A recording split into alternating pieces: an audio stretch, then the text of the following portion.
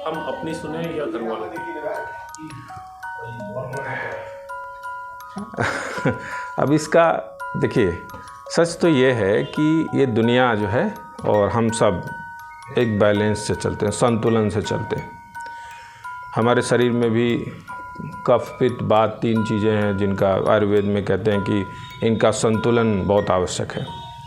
तो व्यवहारों में संतुलन, शरीर में रसायनों का संतुलन हमको ठीक रखता है। उसी तरह से हम अपने जीवन में अगर अपनी ही करने लगे कि हम किसी और की सुने ही नहीं, अपनी ही करने लगे, तो भी काम खराब हो जाएगा, काम गड़बड़ हो जाएगा, संतुलन बिगड़ जाएगा, पारिवारिक ढांचे बिगड़ जाएंगे।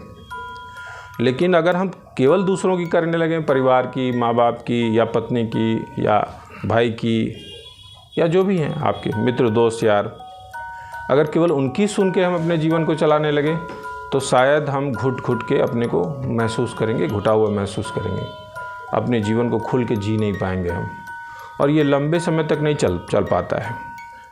थोड़े समय तक तो लोग अपनी इच्छाओं को मार के दूसरे के अनुरूप जीवन जी लेते हैं, लेकिन धीरे धीरे एक समय आता है कि आदमी वो इच्छाएं उसकी बाहर आने लगती हैं और फिर वो एक अलग स्थिति में पहुंच जाता है। कई बार लोग डिप्रेशन की स्थिति में पहुंच जाते हैं।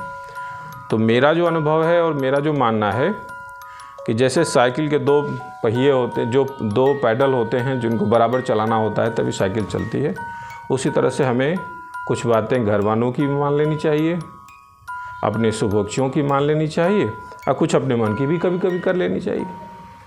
इसी बैलेंस से ज़िंदगी अच्छे आसान तरीके से और खुशी से जी पाएंगे। अगर अपनी वाली करने लगेंगे तब भी खराब हो जाएगा और केवल दूसरों की सुन के करेंगे तो हम रोबोट बन जाएंगे, इंसान रह नहीं जाएंगे।